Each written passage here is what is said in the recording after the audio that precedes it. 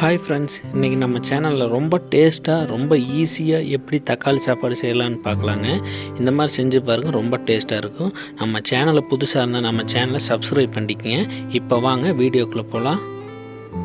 இதுக்கு பார்த்திங்கன்னா பெரிய வெங்காயம் 2 எடுத்து சின்ன சின்ன பீஸாக கட் பண்ணியிருக்கிறேன். கொத்தமல்லி தழை பார்த்திங்கன்னா ஒரு கைப்பிடி எடுத்துருக்கிறேன். புதினா தழை பார்த்திங்கன்னா ஒரு கைப்பிடி அளவுக்கு எடுத்துருக்கிறேன். பச்சை மிளகா ஒரு 4 எடுத்து நீல வாக்கில் அரிஞ்சு எடுத்து வச்சுருக்குறேங்க. பார்த்திங்கன்னா தக்காளி ஒரு 5 பழம் எடுத்து பொடி பொடியாக கட் பண்ணி எடுத்து வச்சுருக்குது. ஒரு மிக்ஸி ஜார் ஒன்று எடுத்துக்கலாங்க. இஞ்சி பார்த்திங்கன்னா ஒரு 50 கிராம் அளவுக்கு எடுத்துக்கலாம். பூண்டு ஒரு 10 பல் எடுத்துக்கலாங்க. பட்டை பார்த்திங்கன்னா 2 துண்டுங்க, சின்ன துண்டில் 2 துண்டு எடுத்துக்குவோம். சோம்பு பார்த்திங்கன்னா 1 டேபிள் ஸ்பூன் அளவுக்கு சோம்பு எடுத்துக்கலாங்க. வரமிளகா 1 போட்டுக்குவோம். இது கூட கொஞ்சமாக தண்ணி ஊற்றி நல்லா பேஸ்டாட்ட அடித்து எடுத்துக்கலாங்க. இப்போ பார்த்திங்கன்னா நல்லா பேஸ்டாட்ட அடித்து எடுத்தாச்சு. அடுப்பில் பார்த்திங்கன்னா ஒரு குக்கர் ஒன்று வச்சுக்கலாங்க. அதில் சமையல் எண்ணெய் ஒரு 50 கிராம் அளவுக்கு ஊற்றிக்குவோம். எண்ணெய் நல்லா காயிட்டுங்க. எண்ணெய் காஞ்சோன்னு அதில் 1 டேபிள் ஸ்பூன் அளவு கடுகு ஆட் பண்ணிக்கலாங்க. கடுகு ஆட் பண்ணிவிட்டு கடுகு நல்லா பொரிஞ்சு வரட்டுங்க.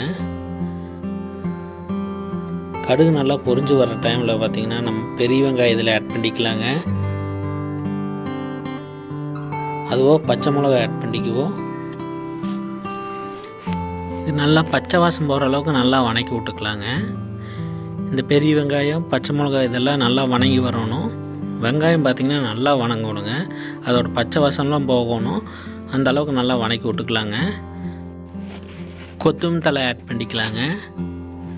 கொத்தமல்லி தழை ஆட் பண்ணிவிட்டு இதையுமே நல்லா வணக்கி விட்ருவோம்.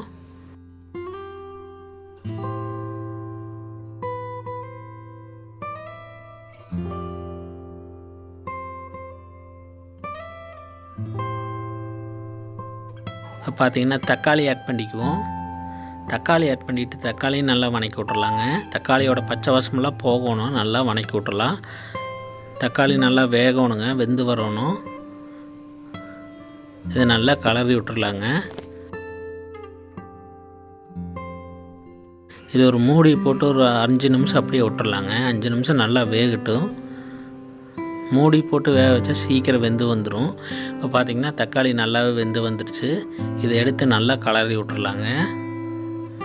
நம்ம மூடி போடாமல் வேக வச்சோம்னா லேட் ஆகுங்க. மூடி போட்டு வேக வைக்கல, ஆவி இறங்கில பார்த்திங்கன்னா தக்காளி சீக்கிரம் வெந்து வந்துடும். இந்த டைமில் நம்ம அரைச்ச அந்த பேஸ்ட்டை இதில் ஆட் பண்ணிக்கலாங்க.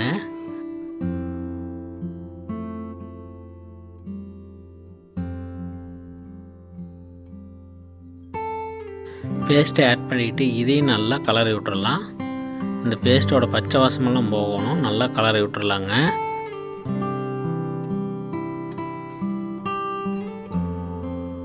இது நல்லா கலரிட்டு 1 டேபிள் ஸ்பூன் அளவுக்கு கறி மசாலா போட்டுக்கலாங்க. கறி மசாலா போட்டு இதையும் நல்லா கலரி விட்டுறலாம்.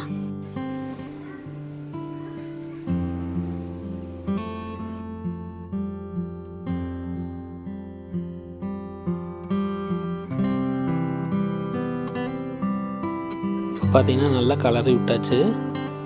இந்த டைமில் தண்ணி ஆட் பண்ணிக்கலாங்க. நீங்கள் அரிசி எத்தனை டம்ளர் போட்டிருக்கீங்களோ அந்த அளவு தண்ணி ஆட் பண்ணிக்கிங்க. நான் அரிசி பார்த்திங்கன்னா ஒரு 2.5 டம்ளர் அளவுக்கு போட்டிருக்கிறேன். அதனால் பார்த்திங்கன்னா ஒரு 5 டம்ளர் அளவுக்கு தண்ணி ஊற்றிக்கிறேங்க. 5லேருந்து 6 டம்ளர் அளவுக்கு தண்ணி ஊற்றிக்கிறேன். தண்ணி ஊற்றிட்டு இதை நல்லா கலரி விட்டுறலாங்க. கலரி விட்டு இதில் பார்த்திங்கன்னா கல் உப்பு பார்த்திங்கன்னா கையில் பார்த்திங்கன்னா அந்த 4 பெருவிரல் அளவுக்கு நான் எடுத்து இதில் ஆட் பண்ணியிருக்கிறேங்க. உப்பு பார்த்திங்கன்னா நம்ம டேஸ்ட் பார்க்கையில் உப்பு இந்த தண்ணியில் பார்த்திங்கன்னா கொஞ்சம் எச்சா இருக்கிற மாதிரி இருக்கணும். உப்பு கரிக்கிற மாதிரி இருந்தால் தான் சாப்பாட்டுக்கு கரெக்டாக இருக்குங்க. இது ஒரு மூடி போட்டு நல்லா கொதி வரணுங்க. கொதி வந்ததுக்கப்புறம் அரிசி நான் ஒரு 1/2 மணி நேரத்துக்கு முன்னாடியே ஊற வச்சுருக்கிறேன். இதை நல்லா கழுவி சுத்தம் பண்ணி இதில் ஆட் பண்ணிக்கலாங்க. அரிசி பார்த்திங்கன்னா ஒரு 2.5 டம்ளர் நல்லா ஊற போட்டு வச்சுருந்தேன். இதை நல்லா கழுவி இதில் ஆட் பண்ணிக்கோங்க. ஆட் பண்ணிவிட்டு இதை நல்லா கலரி விட்டுறலாம். கலரி விட்டு இதில் பார்த்திங்கன்னா உப்பு காரம் எல்லாம் கரெக்டாக இருக்கான்னு பார்த்துக்குங்க. அப்படி பத்தலைன்னா போட்டுக்குங்க. இது எல்லாமே கரெக்டாக தான் இருக்கும். நீங்கள் நான் போட்ட மாதிரி போட்டிங்கன்னா எல்லாம் கரெக்டாக தான் இருக்கும். அப்படி உங்களுக்கு பத்தலைன்னா போட்டுக்குங்க. இப்போ பார்த்திங்கன்னா அந்த புதினாவை எடுத்து இதுக்கு மேலே இந்த மாதிரி தூவி விட்டுக்கலாங்க.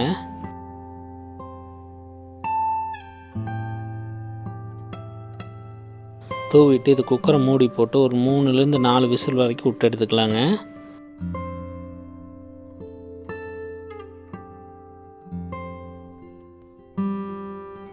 இப்போ பார்த்திங்கன்னா ஒரு 4 விசில் விட்டு எடுத்துருக்குது. சாப்பாடு பார்த்திங்கன்னா நல்லாவே வெந்து வந்துருச்சு. எங்கேயுமே குழையும் இல்லைங்க.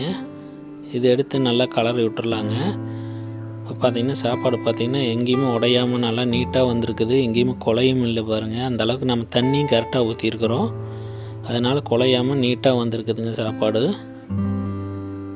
இதை நல்லா கலரி விட்டுறலாங்க.